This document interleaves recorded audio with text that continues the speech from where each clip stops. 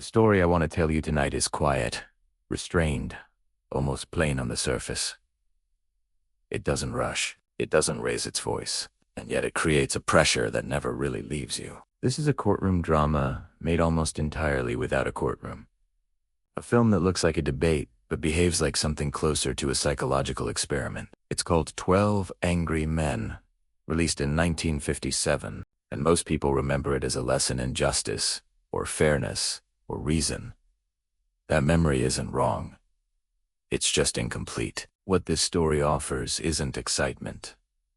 It offers discomfort, the kind that arrives slowly, then sits with you, asking you to notice what you usually ignore. It's the experience of watching ordinary men confront, not a criminal, but themselves, without ever being asked to do so directly. The room is small, not dramatically small, just small enough to feel inconvenient. The heat is noticeable but not unbearable. The men inside it are not villains or heroes. They are clerks, workers, professionals, people who believe they understand the world well enough to move through it without questioning their footing. They have listened. They have watched. They have been instructed, and now they are expected to agree. At first, agreement feels natural, almost merciful. There's a sense that the work has already been done elsewhere, by louder voices, by official procedures. Their role is meant to be brief. This isn't where truth is discovered. This is where truth is confirmed. But something subtle begins to feel off, not because of new information, and not because of sudden doubt. It's the speed, the eagerness to conclude, the relief in deciding quickly, as if certainty itself were a reward. You can feel it in the way bodies settle, in the way attention drifts, in the casual confidence that mistakes belong to other people. One man doesn't settle. He doesn't argue yet. He doesn't announce a belief. He simply resists the momentum, and that resistance is enough to disturb the balance of the room. This is where the story quietly turns, though nothing visible has changed. The air is still warm.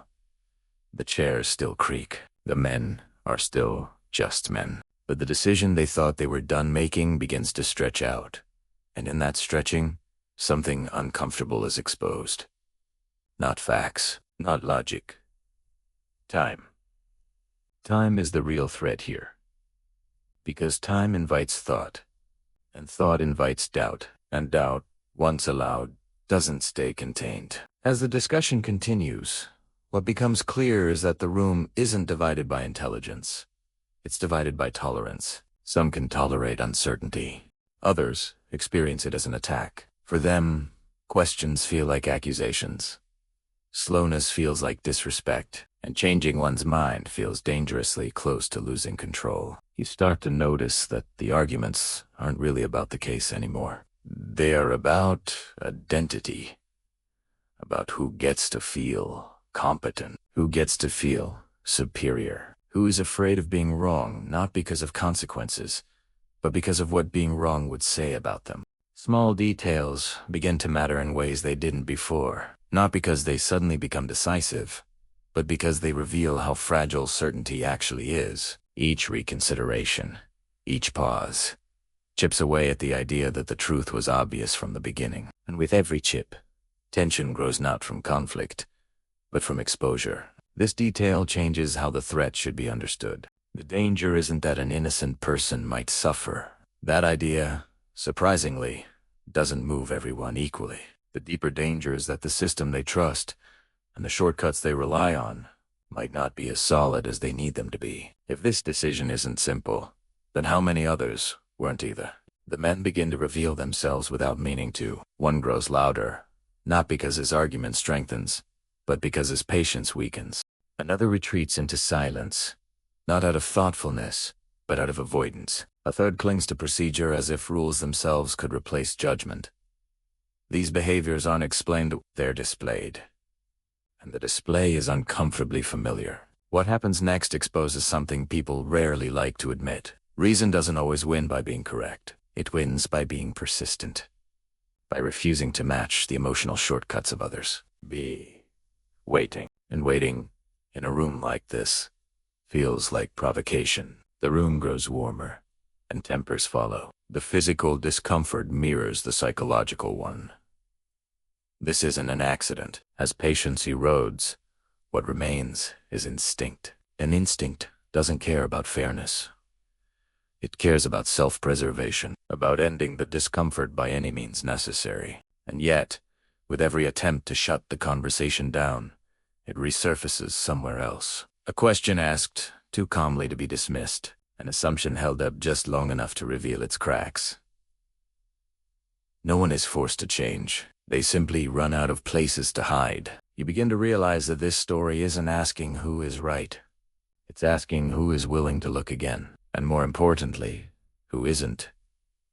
Some men fear being replaced by better answers. Others fear being exposed as careless. A few fear that if they slow down here, they'll have to slow down everywhere else in their lives. The room becomes a mirror, not of justice, but of human resistance to evolution.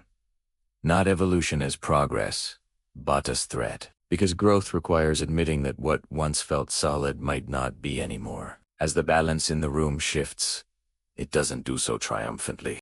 There is no victory in changing a mind under these conditions. There is only exhaustion, relief mixed with resentment, the understanding that clarity comes at a cost, and that cost is comfort. But even now, not everyone is moving for the same reasons. Some follow logic.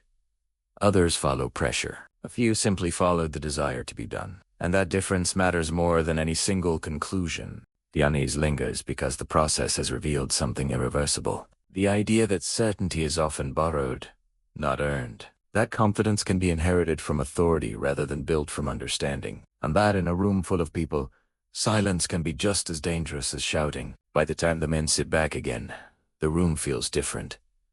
Not calmer, just altered, as if something has been removed that can't be put back. The assumption that doing the minimum is the same as doing the right thing no longer fits as neatly as it did when they walked in. And the most unsettling part is this: nothing about these men is extraordinary, which means the story isn't confined to that room. It follows anyone who has ever preferred certainty over responsibility, speed over care, agreement over reflection. The decision is still unfolding, not just on paper, but inside each man, in ways they may never fully acknowledge. And that quiet, unresolved tension is where this story chooses to pause for now.